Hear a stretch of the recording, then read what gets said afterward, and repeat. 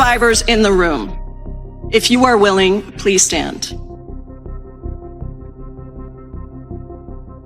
And if you are willing, please raise your hands if you have still not been able to meet with this Department of Justice.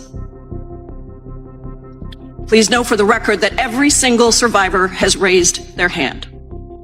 Attorney General Bondi,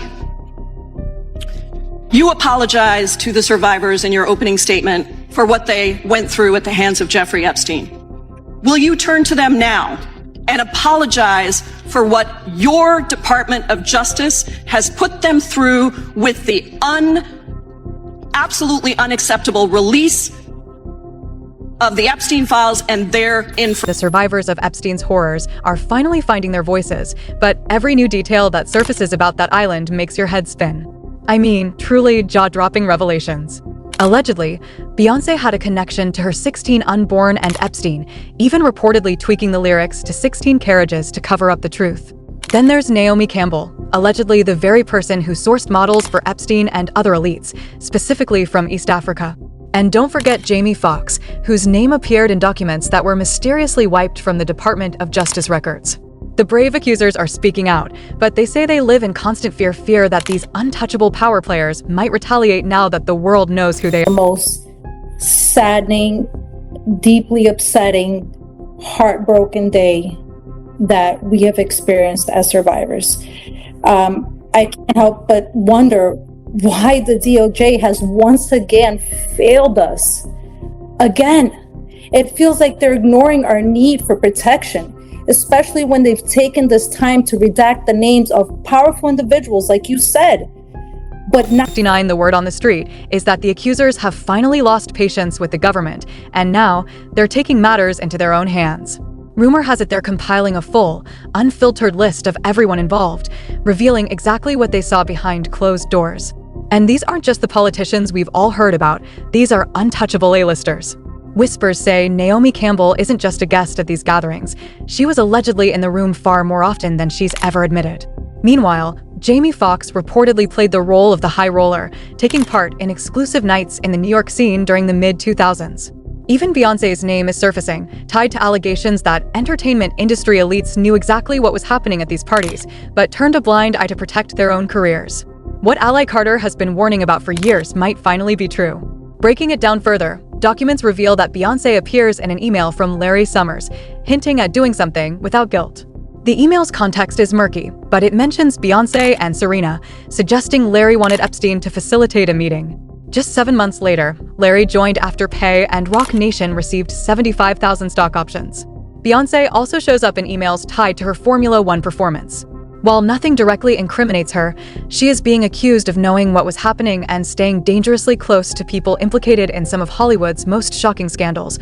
She's faced scrutiny for being dangerously close to Dream, even after he was accused of multiple crimes and sued by Shaw Mangro, a songwriter from the Netherlands, who alleged that Dream exploited Beyoncé, promising to make her the next Queen Bey if she complied.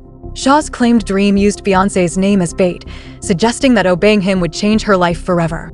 Allegedly, Beyoncé had what Dream described as a sanctuary relationship with him, one deeper than a spousal bond, and he reportedly knew her most intimate secrets, including a pregnancy and her tensions with Rihanna. According to Shanaz, Dream promised to mold her into the next Beyoncé and Rihanna, but instead, he allegedly lured her into a dark, twisted world while revealing private details about Bey. Connections also extend to Beyoncé's husband and Diddy, with critics insisting there's no way she could have been unaware of what was happening behind closed doors. And now, the shocking allegation making rounds is that Beyoncé allegedly handed over her 16 unborns to Epstein, later rewriting her song 16 Carriages to manipulate the narrative. What many assumed was an autobiographical reflection on her rise, where 16 represents her career starting age in 1997, around 15 to 16, might conceal a much darker story. In the lyrics, the carriages symbolize the years of sacrifices and dreams she had to surrender to secure her empire. People are now dissecting the lyrics and claiming that the 16 carriages could hide a far darker meaning, tying into allegations that elite celebrities engage in energy harvesting and sinister ritualistic acts. Baby, if any of this is true, it's pure nightmare territory. Moving on to Naomi Campbell, her name has popped up repeatedly in connection with Epstein, appearing in his infamous Little Black Book and on flight logs. She's also been heavily linked to sourcing models for Epstein. One of the survivors taken to the island even called her out, saying, "You saw me at your parties. You saw me in Epstein's homes. You saw me on the plane. You saw me get my hair cut. You saw me on the streets. You saw me." Recent documents reveal that in 2016, Epstein discussed buying Brazilian modeling agencies, negotiating specifically with Ford Models. While Ford Models, which once represented Naomi Campbell, denies any contact with Epstein, the papers suggest he was determined to use the modeling world as a way to meet women. Coincidentally, Epstein targeted the East Africa region at the same time Naomi Campbell was cementing her elite presence there.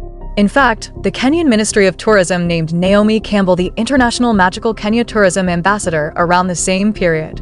Tell me that doesn't raise eyebrows. 2026 documents discussing attempts to infiltrate the African modeling market, hunting new talent in Kenya and Ethiopia, while Naomi's main residence and focus was in Melindi, a town known for its secretive, elite jet-set community, the very demographic Epstein frequented, even before this recent release. The Department of Justice had already published a transcript of an interview between Ghislaine Maxwell and Deputy Attorney General Todd Blanche. In it, Maxwell stated that Naomi Campbell likely visited Little St. James, Epstein's private island, and was involved with him. She also claimed that Campbell had a friendship with Epstein that existed independently of her own, hinting at deeper interactions even Ghislaine wasn't fully aware of. Despite all this, Naomi denied any direct connection. Under pressure, she claimed she met Epstein on her 31st birthday through her ex-boyfriend, Flavio Briatore, and that Epstein was simply omnipresent at Victoria's Secret shows. She insisted she had no idea Epstein used her name to lure young women into modeling and that he exaggerated their acquaintance. Naomi even said she deeply regrets any contact with Epstein after his conviction, claiming she was completely unaware of his alleged crimes despite standing. It's a direct character assassination. I've always said that I'm not a saint, that I am a work in progress, but I will not be held hostage by my past. What he's done is indefensible. And when I heard of what he'd done, it sickened me to my stomach, just like everybody else. Because I've had my fair share of sexual predators, and thank God that I had good people around me that protected me from this. I mean, right now I stand with the victims. I can't, they're scarred for life. For life. I've rubbed shoulders with hundreds of 08:00-08:40. I mean, receipts don't lie. Naomi. But another name that's resurfaced since the accusers started speaking out is Jamie Foxx. Here's what you need to know. Jamie Foxx appeared in one of the deleted DOJ documents, originally uploaded before mysteriously vanishing, and one message read that in 2004 or 2005, Sir Ivan Wilczek hosted a high-profile party attended by Jeffrey Epstein, Sammy Sosa, and Donald Trump.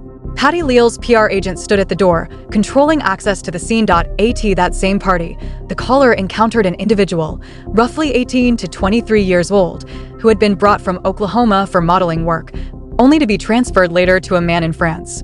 Multiple women were being circulated for money, with a woman, possibly named Colette Elnew, acting as the madam overseeing the operation.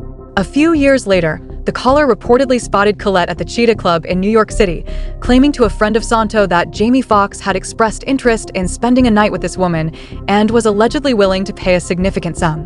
Why the entry was deleted is unclear, but we all know the whispers surrounding Jamie Foxx have been hard to ignore. For example, years ago, photos, videos, and social media posts surfaced showing Jamie Foxx playing naked basketball with Hollywood elites. But for reasons we can all imagine, those receipts mysteriously vanished from the internet, leaving only speculation and questions in their wake. Yet, people insist those receipts were real. There was even a post where Jamie Foxx supposedly apologized to his neighbors for playing naked basketball. Jamie Foxx has gone to extreme lengths to scrub every trace of those receipts from the internet, but anyone who was around back then can confirm they did exist. There's just something eerie about how all the evidence tied to him keeps disappearing, and it raises serious red flags. On top of that, Jamie Foxx has been spotted at some of those infamous Hollywood parties where all this twisted activity allegedly took place. Let's just say he better brace himself, because the accusers are not holding back. Remember back in September 2025, when the survivors took to Capitol Hill, declaring they were compiling their own list of industry associates because the official documents were far too redacted?